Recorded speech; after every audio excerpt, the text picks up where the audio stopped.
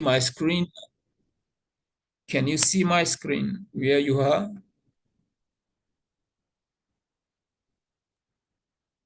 Yes, I can see it. Beautiful. So what is written there? What can you read out of it? 8, it says 8 at the top, project quality. All right. That And is underneath nice. it says management, project quality management. Yes. Okay. Yeah, exactly. That's what I want you to see. All right. I'm going to give the opportunity to one of those that are joining us today to just tell us the reason why they are in the class. Ibrahim, Kadiri, Timothy, any one of you can unmute and just Yeah, maybe. All right, who is speaking? Is it Ibrahim? yeah, good day to you, sir.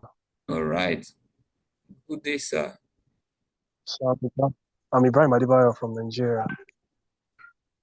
Okay.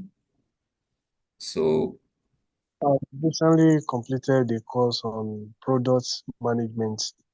So, in some aspect of the role of product management, I was told we can equally work or learn more about project management, that they are interwoven, that we can always switch in between. That is why I believe if I could add the project management to what I've just what I've just concluded learning as a product manager, I can always switch career and I can always blend to use some tools that are essential and are common between both product and project management. okay. Yeah, that is nice. That's a good one. That's a good one. Product management has a limited scope because in project management, we talk product management and we talk project management. We have two kinds of scope. Yes, Here we have the product scope and we have the project scope. So we use the yes, sir. product scope, we collect requirements about the product scope to come up with the project scope, and we use the project scope to create the product. Yeah, I think you are at the right place. You're not only looking for a knowledge that can help you perform well as a product manager, you would be getting project management knowledge also. So you have two hats. Yeah. Okay, that's nice. I'm going to take just you today. Timothy and Kadiri, don't worry. We can talk some other time. Time is fast spent. Well, we've already lost 26 minutes or 27 now. So today we want to talk about quality. Very important, quality. Every product, every project must have a scope. And the scope of the project must be within requirement, within business objective, just as how the customers would want it, just as how the sponsors would want it, should be given for acceptance. Creating what the customers expect of us is quality. Quality is customer satisfaction. Quality is zero defect. Quality is fitness for purpose. Quality is continuous improvement. You see? So how do we now manage this quality? How do we manage this quality when we are on a project? It will first of all start by we understanding what quality is all about.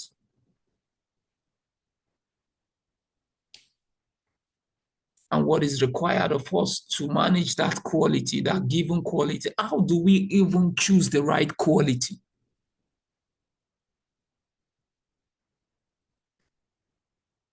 A particular quality that could have been chosen may be unrealistic. So if we are not trained on how to desire quality, we may just be dreaming unendingly.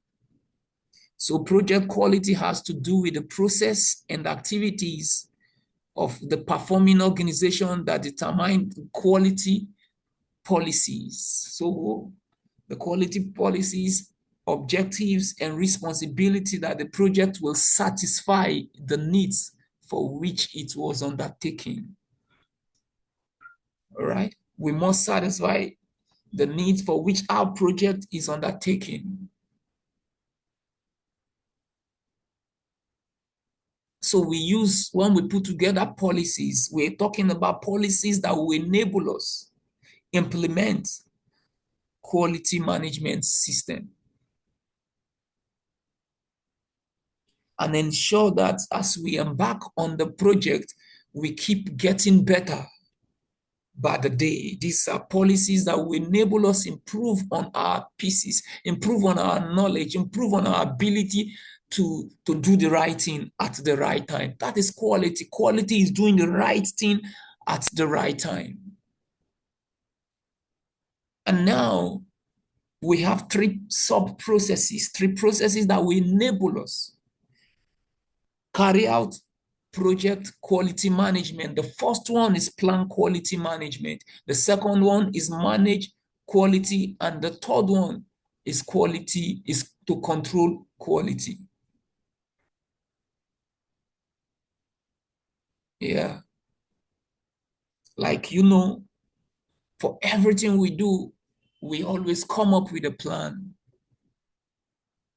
So plan quality management to give birth to quality management plan as our output.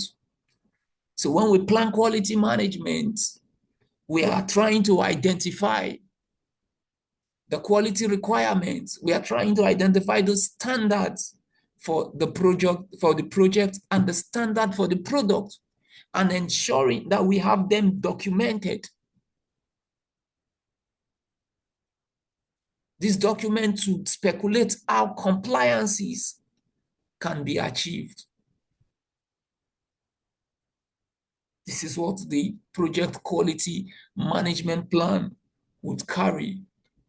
Having gotten the project quality management plan, we move on to start managing that quality. In this area, we are talking about auditing the quality requirements, you see, and the result from quality control, just to ensure that we have selected the appropriate standards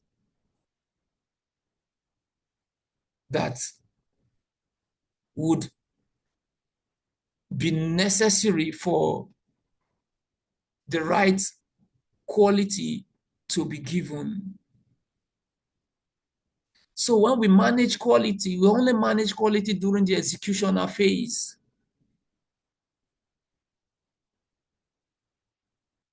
Like we know, we have 5 major processes. We have the initiating, we have the planning, we have the executing, we have the monitoring and controlling, we have the closing of the project or rephase. So this takes us to control quality. This is the process of monitoring and recording results of executing the quality activities to assess performance and recommend necessary changes. When you hear the word control quality, now the job is ongoing. We want to ensure that everything that is being done as regards quality is in line with the quality management plan. And our culture, if a change is being observed, we must ensure that we analyze the change to come up with certain justifications that will be passed on to the change control board to analyze, either approve of the change request or reject it. If been approved, we go back to incorporate it in the quality management plan aspect of the project management plan. The quality management plan is a subsidiary of the project management plan.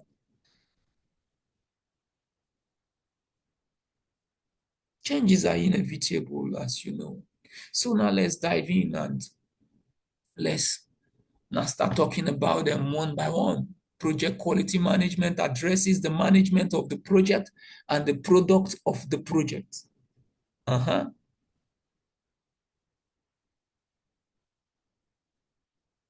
Okay.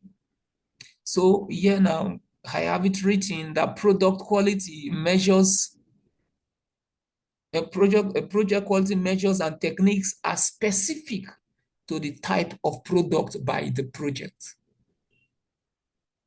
That is to say that there is no single yardstick that should be used in measuring project quality. There is no single technique.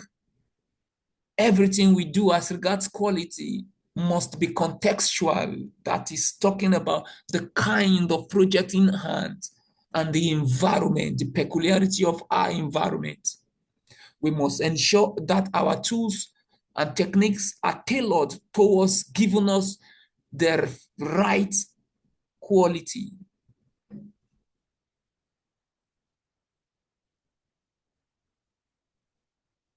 Yeah. Yeah.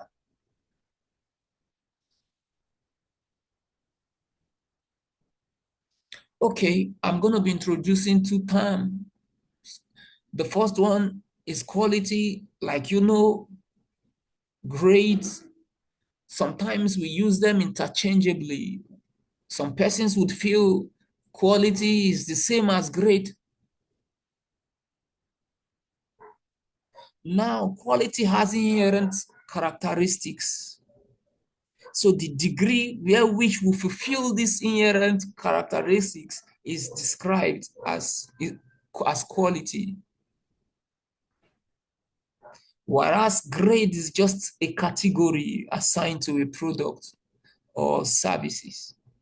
In a single grade, we may have different kinds of quality.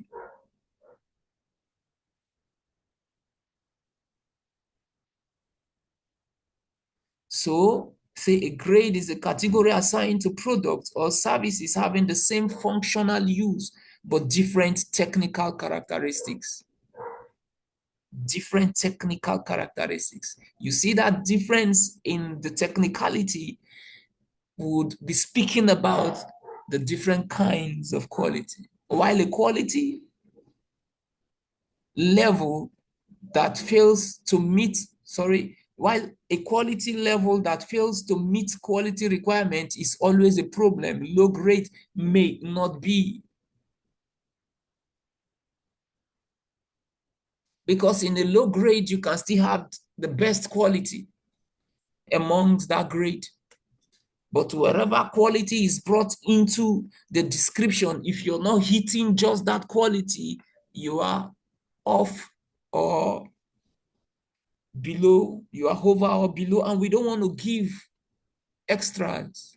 We want to ensure that we give that which we are being contracted to give. Though we may come up with a more stringent way that would enable us give the customers or the sponsors that which they want us to give to them. That is just more stringent way to ensure that we give out the right quality.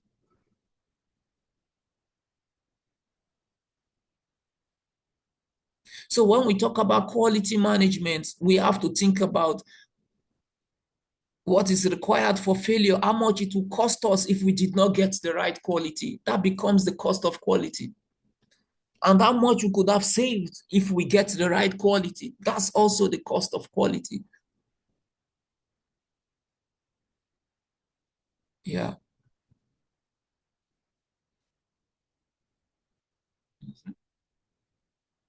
So like I promised, I've been given out this material, but I could not drop it. But I think I will share it this evening. So I haven't talked about quality and grade. Let's take a look at an example.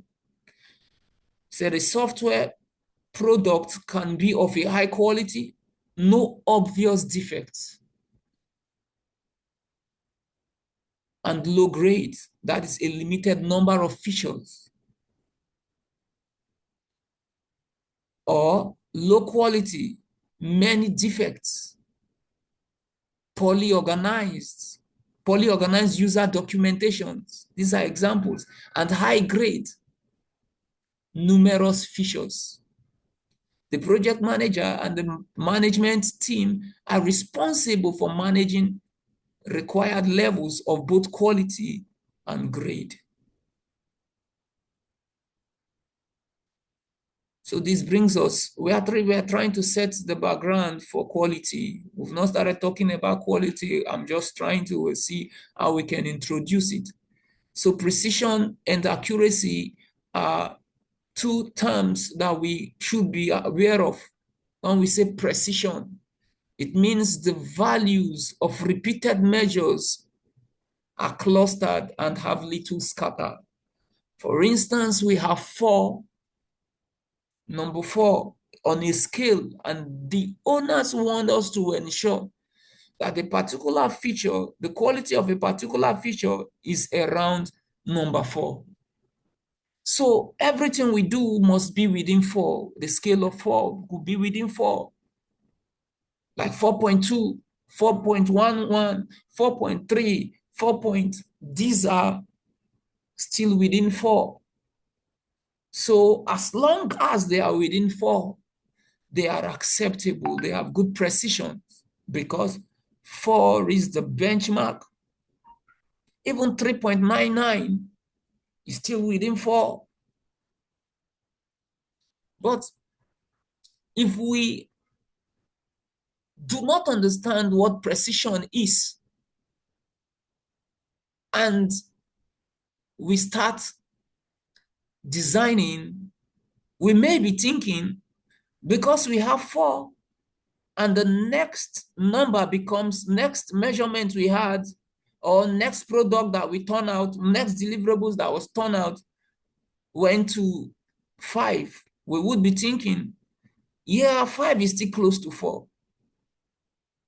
But it's just a difference of 1. Yeah, it's still okay. Okay, we now accept 5. What will happen when the next deliverable records or scales 6? Still 1 away from 5, but 2 away from 4. You see how off we've gotten. So that's why we must understand the concept of precision and accuracy. Accuracy may mean that the measure of value is very close to the true value. Precise measurements are not necessarily accurate. Okay, I think I'm juggling it. Let me change it upside down. The explanation went the other way around. Precision is when differing values would have the same number of differences. Like we have 4 as the initial value given to us to design to. Then the next figure got to 5, another one 6, another one 7. Precisely, they are increasing. You can see that the differences are just 1, 1, 1, 1, 1. But using precision and accuracy is very important, because when we choose the benchmark as 4, we wouldn't want the numbers to be far away. We want it to be around the true value, which is 4. So anything we have that is around 4, because we will be measuring them from 4, we should be able to summarize it back to 4. That is about accuracy. That is about quality. Quality has scales of measurement. Maybe you want to measure the quality of a gold, the quality of a particular component. There must be a true value that should be benchmarked if you really want to record accuracy. Because at the end of the day, the performance would give you a kind of result, and that is what will lead to the acceptance of that product or deliverable.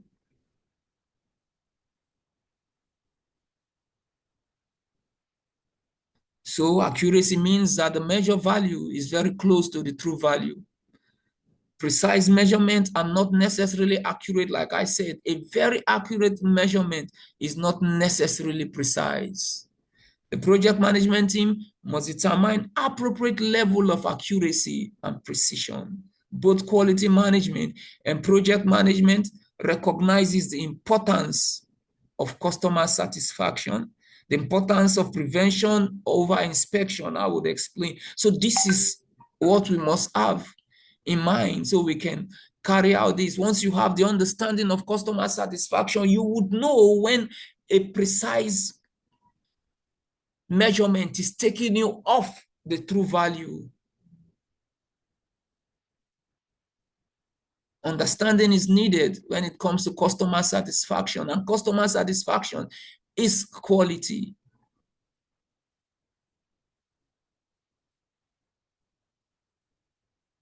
So we must understand the customer's requirement.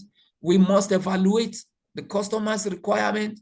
We must define and at the end of the day, manage their expectations for our products, our deliverables to be accepted at the end.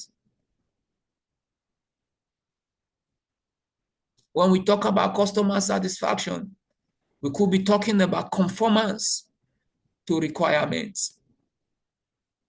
This is ensuring that the project produces what it was created to produce. Yeah. And the product is satisfying the real needs. Remember, we have the project objectives. These are the real needs.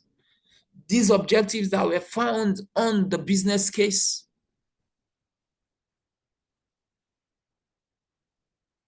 Must be met. Then another one is prevention over inspection. There are times that you may be tempted to finish up before you go and check if what you have done is in line with what they want you to do. And you keep going on and on. But here now we are learning that prevention is better than inspection. So you design and come up with measures that will keep the wrong things, will keep failure away from your project. Keep failure, keep defect away from your product. You also come up with measures, you invest in measures that would keep errors away from your work. You see, one of the fundamental tenets of modern quality management states that quality is planned. Quality is indeed planned, quality is designed, and quality is built in, not inspected in. Not that when you are done, we'll not bring out the measurement, the yardstick, and now start measuring it. No. We must ensure that as we are even designing the components of the component that makes up the total product, we are using specifications to design them. We are using specifications to even assemble them.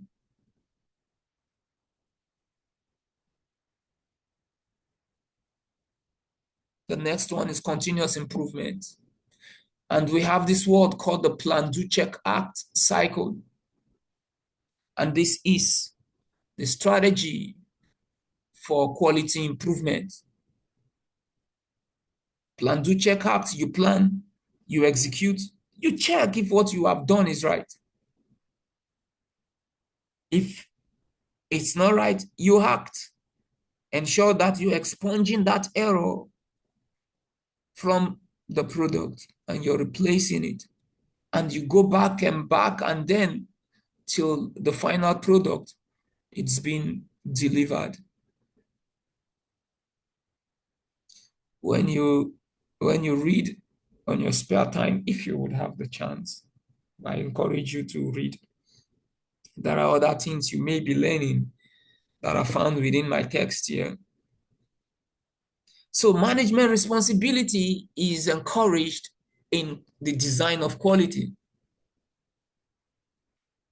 When we talk about quality, it's not like management coming up with whips and talking to everybody, flogging everybody to want to do the right thing. Management must invest into what they preach.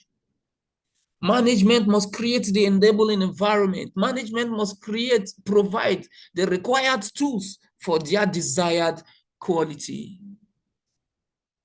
Success requires the participation of all members of the project team. Yeah, but remains the responsibility of management to provide the resources needed to succeed.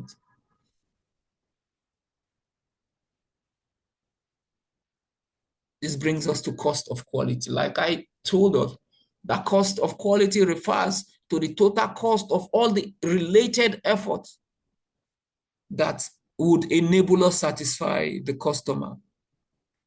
These efforts that must be carried out through the product life cycle, through the project life cycle. And remember, every project decisions made will reflect in the quality. And that's why it's good we gather data so we can come up with informed decisions. There are certain decisions you will make in the design of a product, and that decision may, at the long run, reduce the operational cost of that product or increase the operational cost of the product. When we put together, when we use quality materials to build a thing, you know that maintenance cost during the operational phase will be minimal.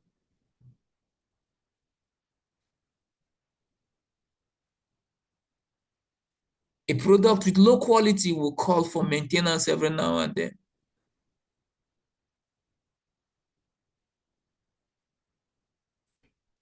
Yeah. This is very important. And that could lead to lots of other damages that we could be paying for. Even the cost of rework, for you not to be able to do it well, and the customer is coming to say, redo it again. That is additional cost. That is part of the cost of quality. The claims, the recall campaigns. I was told several years back that there was this product. I believe some of you could have been more aware than me about it. A particular phone, is a phone or a car that was released, and they discovered that the quality was either low or it was causing damages. It has some security challenges, and the organization had to now start calling them back. Who knows this story?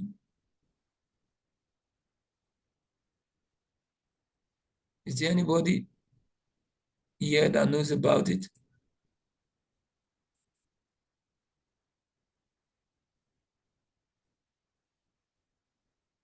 Yeah.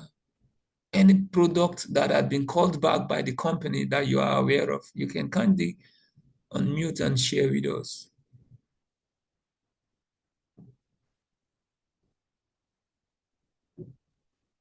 Like Lacasera in Nigeria, there are some moments ago. Lacasera is a soft drink product. Yeah. So sometimes ago, some people realized that when they pour Lacasera drinks on some boats and screw, it do lose a rusted boat that is not ideal for the heart. So immediately they devalue the product. People begin to stop buying the products, which the company later stopped producing it. Okay. Yeah. I'm not aware of that, but thank God you know about it. Now, Tolu is saying that it sounds like the Samsung phone. Yes, I heard about the Samsung phone. Was there a time, right? They called already produced and already bought Samsung phones, right?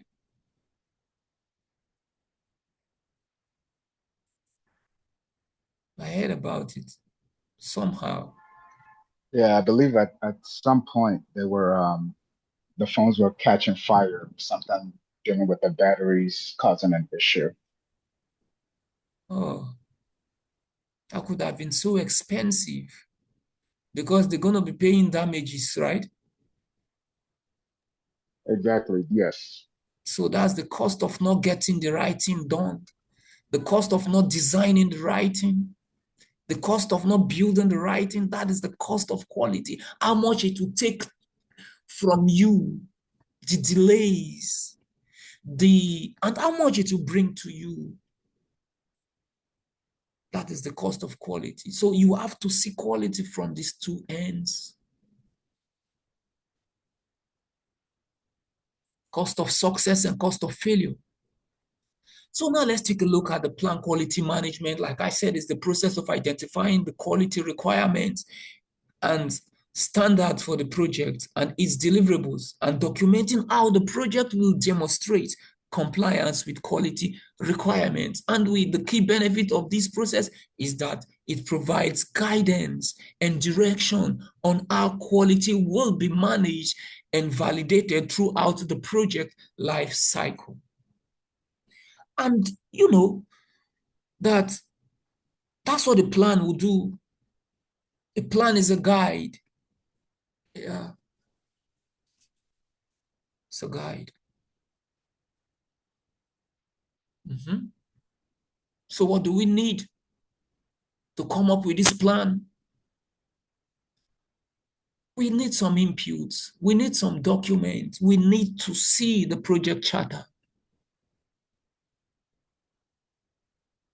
The desired quality ambiguously is described in the project charter. And from all the requirement gathered, like the requirement documentations, the requirement traceability matrix found in the project management plan can enable us come up with the right plans to plan for quality. And every project document should be gathered and analyzed.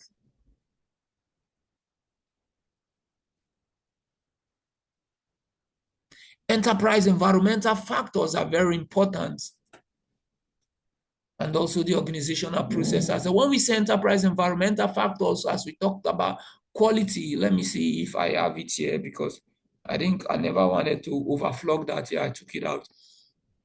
So the enterprise environmental factors, you know that there are some products that would not be allowed to be produced in some countries. And even if you produce them elsewhere or you produce them in that country, you can take them out to other countries. Those are the country laws. What the government will allow, the standards in the industry, what is required, the kind of materials that are allowed to be used within that domain. So we need to know that, or else you'll be turning out a product that will lead to sanctioning. We design quality too, and most times quality is benchmarked. That is conformance specification.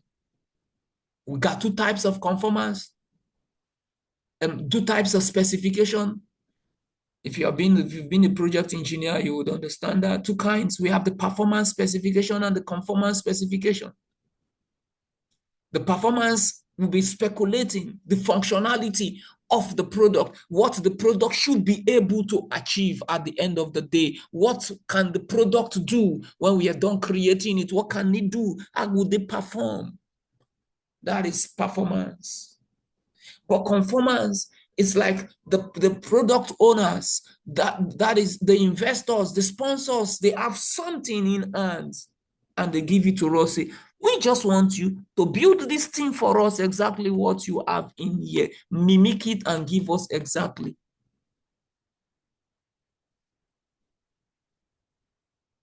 So, but when the place where performance specification is given, Tolu, you know that we can freestyle, we can innovate, come up with our own strategy, and even reduce some cost, remove some functionality. But at the end of the day, the machine will perform the same way and give us the same result. With less cost, we can do more. Why? Maybe because we have a higher component inclination. Maybe because we have better equipment when it comes to designing and building. It allows the project manager and his team to innovate, to be creative. The performance specification. Anyhow you want to do it, go and do it. But ensure that what you have done could get this and this done, should give us this kind of results. That is performance. But conformance, everything you do must be this color, whatever, let it be just this. Now they give you a sample. So you must understand what is needed. That's where the enterprise environmental factor, even on the organizational process asset, there are tools that are needed for quality management.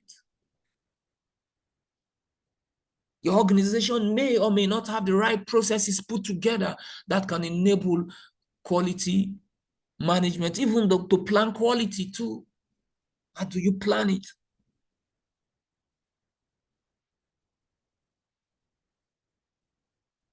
So where are the tools? We need experts, people who can understand quality. That's where the expert judgment comes in. And these experts, we're not talking about expatriates, other country nationals, no.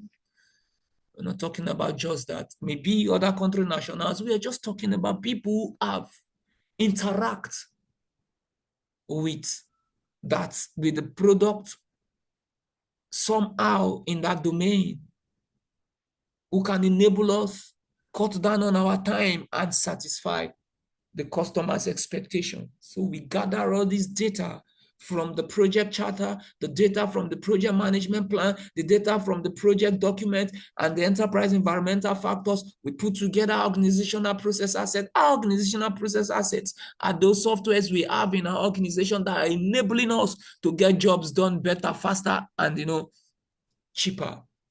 So we analyze all this. That's where data analysis comes in. When you analyze the data, you can speculate trends, how errors can be found in your product, what should be done for you to get good results. And we haven't seen that, you come up with an informed decision. So decision making, you sit down and you analyze options and you choose the meat.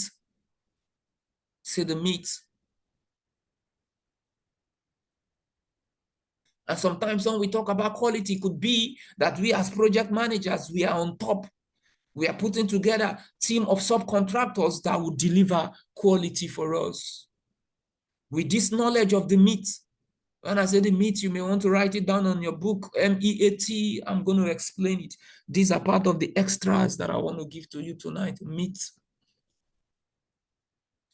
Sometimes when I talk about these things, it's high me, okay? It makes me feel like I'm taking care of the people God says I should take care of. I'm taking care of them very, very well. And I want to go to God. I look at them. I look at what I'm turning them to be. You see what I'm giving them? They all have a bowl full of chickens and you just name it. Beefs. So the meat, when we carry out bids and bid evaluation, the strategy we use is the meat. The meat, MEAT, signifies the most economical, but yet advantageous tender. We are not looking for the most economical, but disadvantaged tender. These contractors, these subcontractors that are coming in to maybe execute an aspect of our project may be looking for ways to wow us with low cost. They wouldn't know that we are trained and we have a yardstick of measurement called the meat. So amongst all the bidders, we want to see the bids, the contractor that can satisfy the meat, that has the most economical. When we say most economical, the strategy that the contractor is using that will cost us less, talking about materials, equipment, and financial, but yet The product that will be gotten from it will give us certain advantage, not a disadvantage. You know, sometimes the untrained procurement professionals, contract personnel will feel that the cheaper the better. So they now start looking at the particular bidder that is promising a low cost. Like I told you, it's good you spend money in designing, you spend money in building, and you spend less in maintaining. Yeah, today you've added meat to the portfolio of knowledges which you have. This same thing we do when we want to analyze the total cost of ownership of acquiring a product. When we want to analyze the total cost of ownership when we are embarking on a project. When we want to make procurement of some capital product, we must understand the total cost of ownership. The total cost of ownership is a strategy we use to ascertain the life cycle cost of owning that product.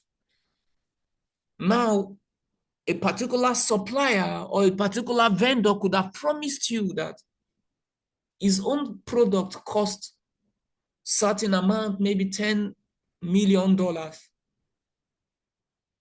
haven't looked at it against the others that are $15 million, $30 million. You'll be like, wow, this is so beautiful. Just $10 million, and then this product will be shipped to my property land. Said yes.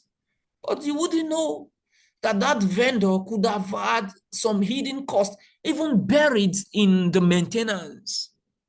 That every three months, you would be flying personnel from their organization into your own country or property land to maintain that product, or else you would not be able to use it. And each time they come, you will spend additional $3 million. Can you see the hidden cost? The cost of maintenance is high. What about the cost of decommissioning? The cost of inspection, the cost of installations, all these costs sometimes may be hidden. So when you're making your decisions and you're looking at all these documents, you may be looking at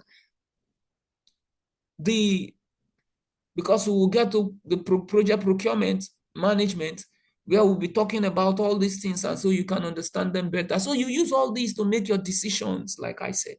And at the end of the day, your data must be represented by the kind of decisions made, and people should be able to look at it and have a kind of understanding of what those data are talking about. So we must test quality as part of the tool. We must inspect the planning. Once we have all these things done by meeting with one another, our output will become the quality management plan. We cannot make decisions of what we should do to ensure that customers are satisfied, what we should do to ensure that we come up with a product that serves his original objective. Then there must be matrices when we talk about qualities, things that we would measure, things that we want to see to say that, wow, this is satisfactory. Then now that you have the quality management plan, remember the quality management plan is a subsidiary of the project management plan. That is why you see on red, number 3, the project management plan updates. The project management plan is updated because quality management plan has been added onto it.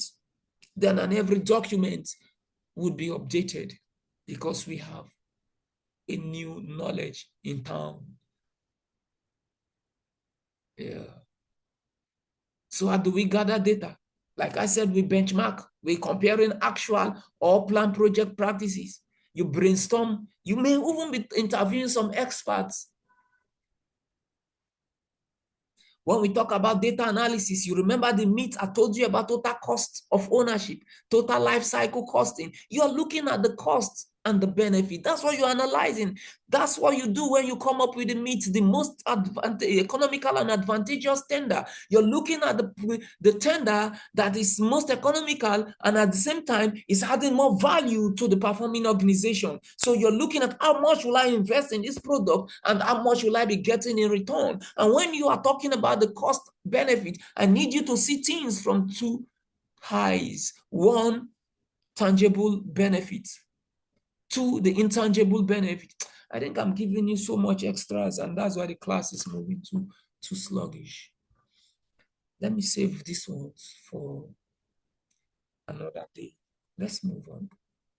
Except somebody want to say, please, please, please come back with that. Come back with that. I'm enjoying it. Don't cut it short. We're still with you now. Come again? I said we're still with you. Continue. You see, you just, you're making me to feel like, yeah, one senior lecturer somewhere that has professorship in 6 areas. Okay, so that's about that. When we talk about the tangible benefit, we're talking about the financial benefit. If we place or put down this amount, how much will it give to us? How much would we get in return? Here now we're talking about return on investment.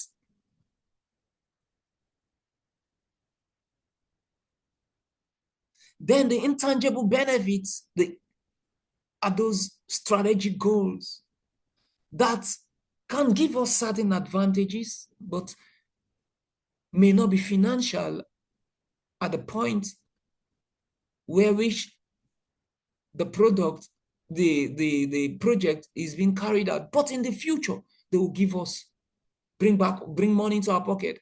Those intangible benefits may be brand recognition.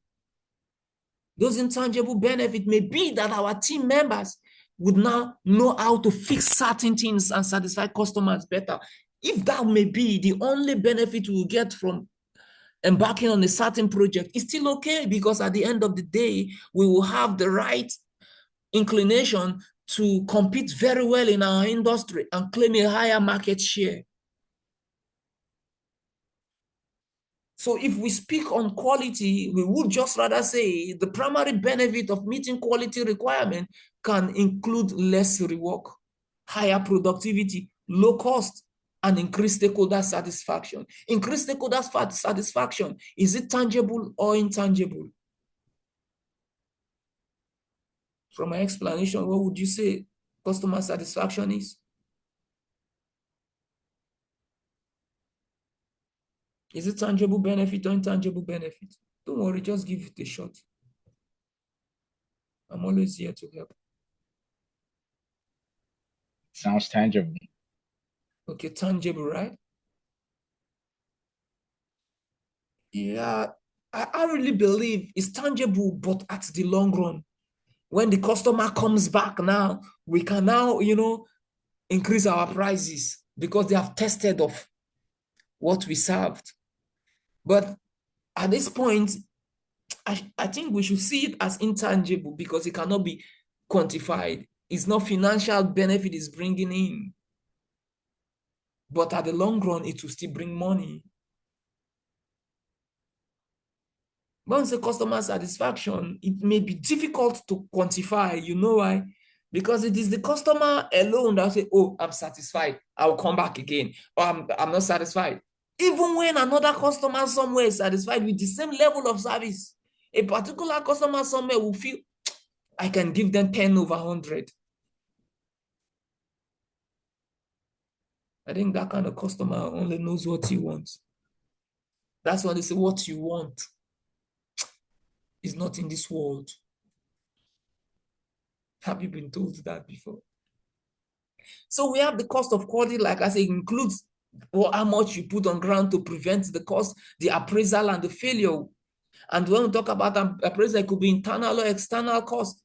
Cost of quality includes all costs incurred over the life of the product by investment in preventing non-conformance to requirements, appraising the product or services for conformance to requirements, and failing to meet the requirements leads to rework. And we don't want rework. Failure costs are also what called cost of poor quality. Yeah.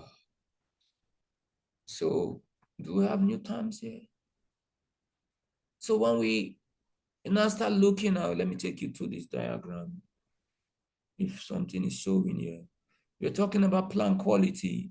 So I want to introduce us to about 7 tools that could be used. I may not, because of time, I may not explain them in detail, but I may pick one of them.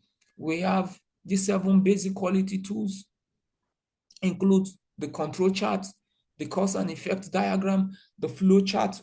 All these are charts we use, check sheets. We have the Pareto diagram, we have the histogram and the scatter diagram. Now, these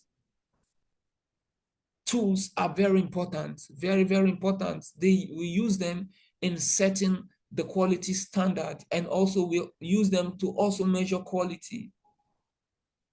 We also use them to monitor and control quality.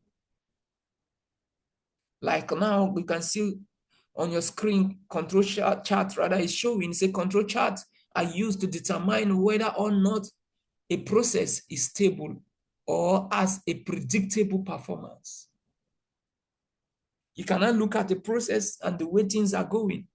The control chart can enable, can even speculate, can forecast what may likely go wrong. Now the control chart has what is called the upper control limit and the lower control limit.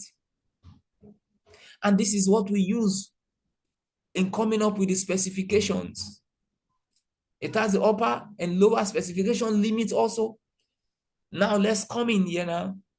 I'm going to be explaining this one in detail so you can see. Can you see my diagram? Now, having looked at my diagram, there is a line, a thick line in between, which is at 12 inches.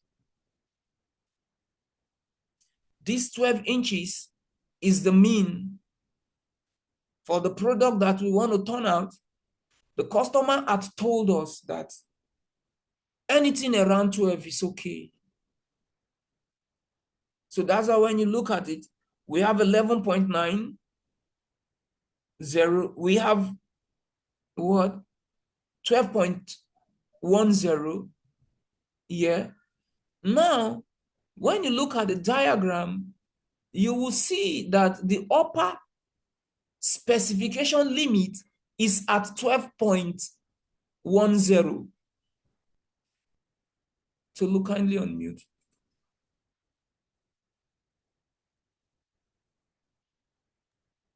Yes, sir. All right, beautiful. I need you to correspond with me. Okay, let's go. Can you see the upper specification limit? 12.0, right? 12.10. Yes, sir. Okay, so now the customer has said the measurement when you are done, when we measure the quality, it should be between 11.90 to 12.90. Any area, any place within this boundary is enough. So this is the specification given to us. And yet the customer told us that their desired specification is 12, which is the mean, right? So any figure turning out, any measurement turning out within this is okay. So the project started from 0.0 now. The first one we got was 12.01. We went on. The second measurement was 12.02, beautiful, and is within the mean and the upper specification limits. It's still okay. So as long as anything we are doing is within this boundary, the customer will accept it. The product is satisfying their needs. But you know, You and I, as a project management professionals, we are very much intelligent, and we looked at ourselves and say, why not we come up with a kind of more stringent specification that will enable us not to even get close to that upper specification limit, because if anything happens, we are dancing around it, we may likely fall off it. So why not we come up with a more stringent specification, and this becomes the upper control limit and the lower control limit. We now give ourselves what? We gave ourselves 12.09 and what? 12.9. Okay, where is it? Where is the lower control limit showing here? Okay, this that is showing here becomes our lower control limit. You see, 11.91 is our lower control limit, whereas their lower specification is outside. So we want to check ourselves even more stringent than what. So peradventure, we have subcontractors that we want to give this job we have gotten from our major contractors. We have to give them this lower control limits. So even if they are making mistakes, it will not fall off what the owners want us to do. Is it clear? I'm not done yet too, but can you understand what I'm explaining, what the control chart is enabling us to do? Yes. Now, having said that, this is what is called the rule of 7. The rule of 7 says that if you consecutively record a point within the mean and either the upper limit or the lower limit 7 times, there must be an assignable cost, which means something is wrong. Can you see how it's going now? Something is wrong. So you must stop to reanalyze and investigate what is causing that. There must be a condition that has kept it there. Because you want to be able to control what you are doing. So that is about the control chart. I know in this class, you don't need this specifically because this is a machine. You don't need it, but sometimes you need a transcript of certain things that are being done in the industry. You need the nativity of certain things that the machines are doing for you. That's what I had to explain it. There's no time. If in an interview, what they will just ask you the kinds of tools that are used in, can you tell us about the tool you have used before in managing quality, where you talk about the control chart. But now I'm going to talk about 2 more before we move on. Which other one should I talk about now? Which other one? Okay, let me talk about the cause and effect diagram. The cause and effect diagram, also known as Ishikawa, another word, fishbone diagram, illustrates how various factors might be linked to potential problems or effects. You have a recurrent value. That is to say that that value is caused by certain factor. That is what it's saying, certain factor. For instance, I'm going to use a different analogy. A security personnel was hired, and yet they could still find things missing. The first thing that somebody will say is that the security man is not doing his work right. Okay, and now you now start talking to the security man and you say, you're not doing your work very well. If you try this, you will be sacked. That may not be the cause of the theft. The next thing is to ask, why is the security man not doing his job very well? Oh, we discovered that He's coming late every morning. Oh, what is making him come late? Oh, where he's staying is far.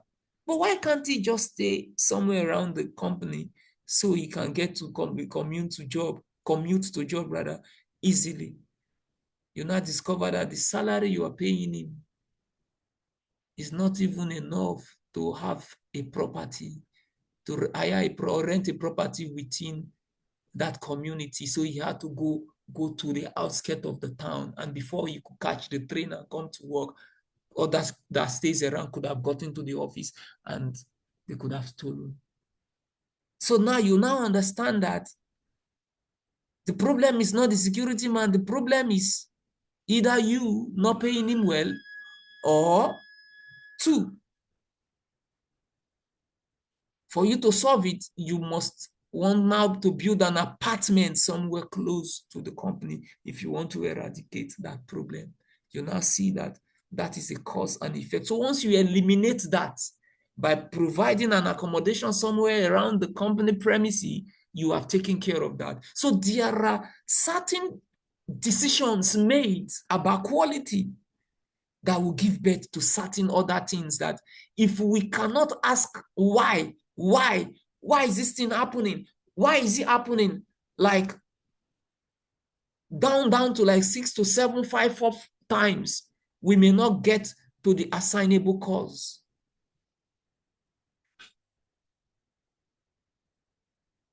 And another thing to ask aside the why is the how. So the cause and effect diagram is the why diagram, is the how diagram, is the what diagram. What is causing this thing? You ask what enough till you get to the cause. You ask why it's so much that you get to the cause before you stop. And this is what is called the root cause analysis. I'm going to tell you an history about this root cause analysis. Please just give me a minute. Let me, that light we were looking for is back. Let me power my laptop. I told you the light is back.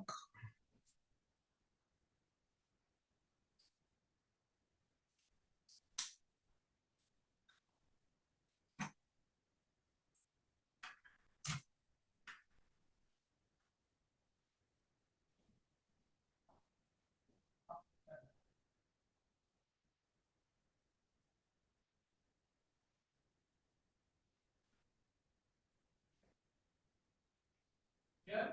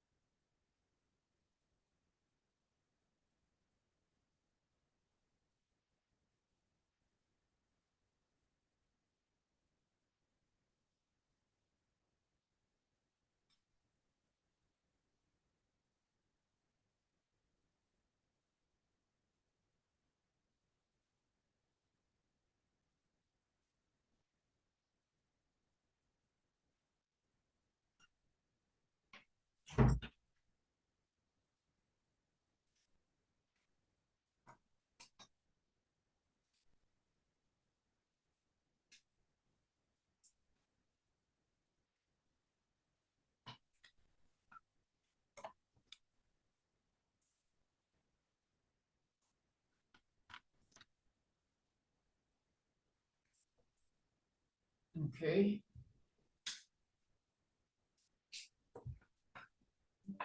All right. So that's about that. You can understand that. So this is the cause and effect diagram. I told you I was going to tell you a story. 2008, I read this. I visited a brother in his office, and he brought one document, just one page document, and I read this cause and effect diagram. And I understood this why on that. I visited him in his office, so I read it. And the next week, I was invited for an interview, and then I asked, so if we bring you in, what advantage are you coming in with? When you're a fighter and you have only one strategy, you must ensure that you create an advantage that one, if you're releasing that blow, it will really hit its target. As they said that, all I could just remember was the cause and effect diagram. I said, I understand root cause analysis. And I started explaining what I've explained to you. And I was telling them like it's what I've been doing all through my 88 years of life. And at the end of the day, one white American lady, Leah Kilpatrick, she now said, wow, you are hereby hired. This cause and effect diagram. That was the first time I came across it. Okay, so that's about that. Others are here. When you read, they are not, we've explained them somehow, but you can read and understand. So this leads us to the managed quality. When the plan is out, the managed quality is the process of auditing the quality requirements and the results from quality control. Please, we must finish this chapter before we close, okay? The next 15 minutes, we should be through. I've been laying the foundations. So the managed quality is the process of auditing the quality requirements and the results from quality control measurements to ensure appropriate quality standards and operational definitions are used. You see, quality is an execution process that uses data created during perform quality control. So what are our inputs? The first is the project management plan. And in the project management plan, what would you need? The quality management plan and any other document related to it. We now have the project documentations, all of the documents. We have the organizational process asset because we could be using these 7 tools, either of them, to conduct this in our organization. There might be templates for checklist, check sheet, templates for carrying out root cause analysis, and all these are needed here. So the data, we gather data, we analyze the data, we make decisions, and we now also carry out audits to audit internally what we have done before the customer or the client would come and audit what we have done. So we carry out internal audits. And there is another word here, designed for X. I'm going to explain what that is. For instance, we are coming up with a car, that's what we are designing, and we are building it. Do you know that everything planted in that car should have what advantage or disadvantage they will give to us, the owners? Some persons may just like our car, maybe because of the car headlamp. Some persons may like it, maybe because of easiness of maintenance. Some persons may like it because of the color. So when you are designing, you want to ensure that those things that will give you the expected, help you to capture the expected objectives, are designed into your product through your project. That is the design for X.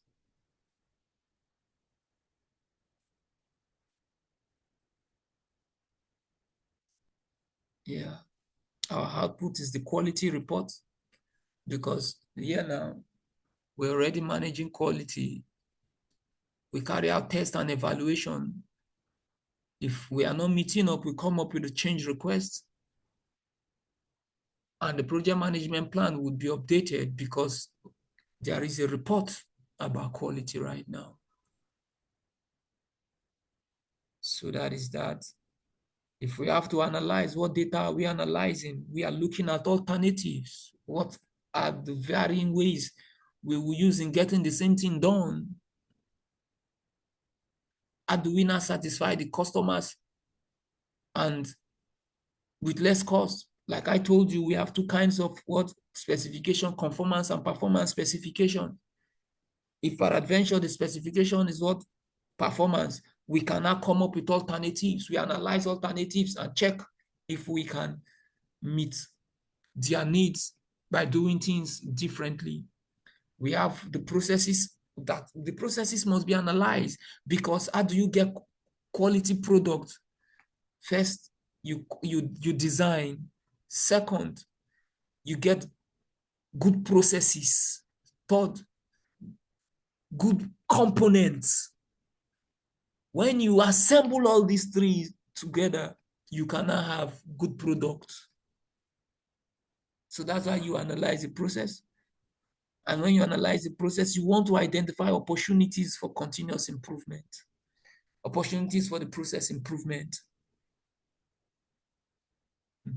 Design for X is here. It said this is a set of technical guidelines that may be applied during the design of a product for the optimization of a specific aspect of the design and can control or even improve the product's final characteristics, direct aspects which may result in cost reduction, quality improvement, better performance, and customer satisfactions. You see, these things, the kind of advantage you want should be designed in.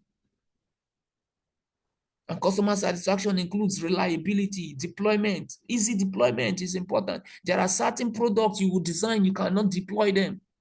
When we say deployment, it may be that we want to run them on a particular system. Some softwares, once been designed, the easiness to run them on existing products, on existing computers may be difficult. What are the usability or the safety too? Is safety built in? So certain times we need to know how to solve problems, because we may face quality issues. So we must know how to define those problems, identify their root cause, and generate possible solutions and choose the best among them. Once the best is being chosen, we go by implementing them. And when we implement, we verify the solutions and its effectiveness. That is the plan, do, check, act. That leads to what? Quality improvement. Another quality tool is the Six Sigma. On a light note, I will mention it. Okay, at the end is the control quality. Control quality is the process of monitoring and recording results of executing the quality activities to assess performance and recommend what necessary changes. The quality that you've been managing, you are now that you are planned for, you are now monitoring there. And this is what we do throughout the project. Even from the cradle down to the end, we control quality.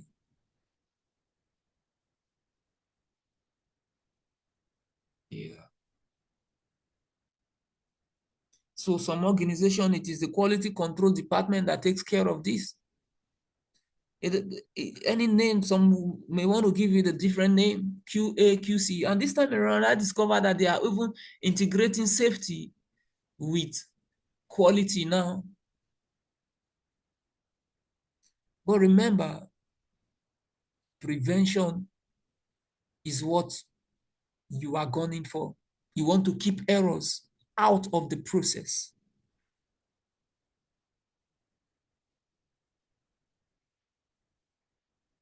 So there is a difference between inspection and prevention. Why do you inspect? Because you want to go and check if there is error. Because if there is an error, you can remove the error before the owners would come in. But it is always good you design prevention into your system. Then another thing you must be conversant with is the tolerance. Like when we looked at the control chart, you saw the specified range of acceptable results and the control limit. You saw the threshold, which can indicate whether the process is out of control or within. So you must understand the customer's level of tolerance before you start dealing with them. And these are the tools. The same tools are repetitive. We need to gather data. We need to analyze those data. We still need to inspect. We still need to test some products and evaluate the result. We still need to meet with one another. And at the end of the day, quality control measurements would be speculated. Some deliverables will be verified. And We will have work performance information. When we say work performance information, it's a report. That is to say that we have analyzed the work performance data. Can you see the input number 5, work performance data, how well we are doing? What we are doing is being analyzed and is being told in the work performance information. That is a report that we can use in arranging our decisions for the future.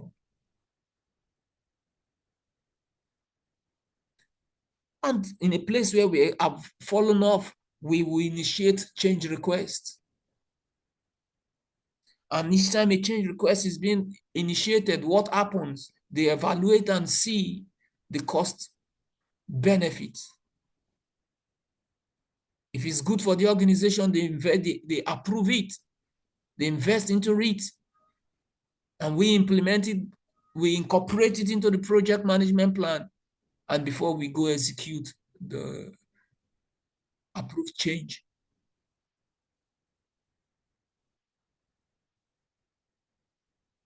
Okay, and I think when I give you the material, you can just refresh yourself on these items that are here.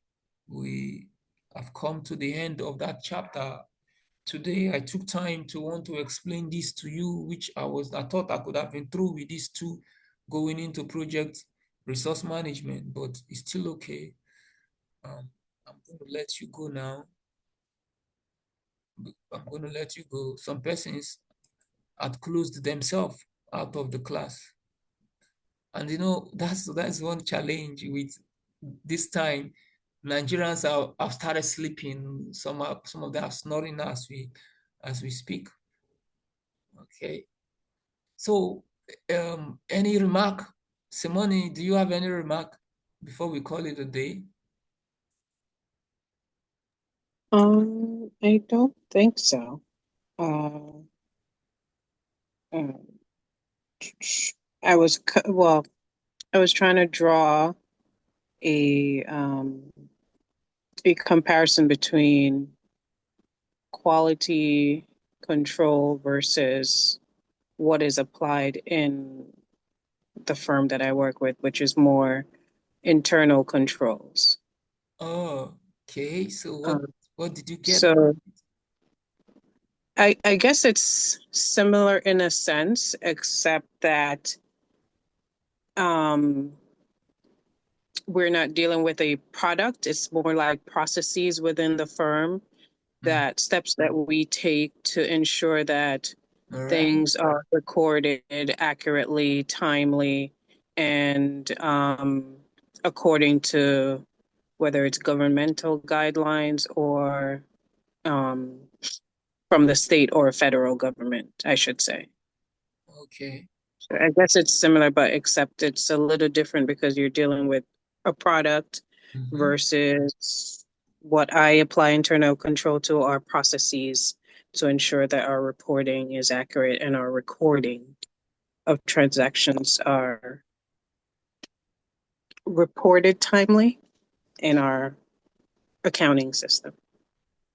Oh, okay. I think that is still part of quality control. They're related, right? Don't you think? Yeah. They're related? Yes, it's similar, but like I said, there's no product related Okay. on the company side. Okay, it's operation. What you you do repetitively every day. These are things you do, right? Correct. Okay, so it's a quality system built for an operation. Yeah, but we are speaking on the quality system built for a product. But you already know that we do tailoring here, right? We can redesign to suit the context. And at the end of the day, when you come up with this strategy, if peradventure you were the one that has been contracted to set up that aspect for that organization, you just have to be renaming certain other things. It's the same process you put in place, or maybe you take out certain aspect and introduce certain aspects into. Right. So that's like I said, I try to use what we use in order to correlate it to what you are teaching. Okay. Yeah, that's so good to reflect on it and then use it to analyze what you have been doing. And I think you're one of those people. I'm coming. Let me take this off the recording first.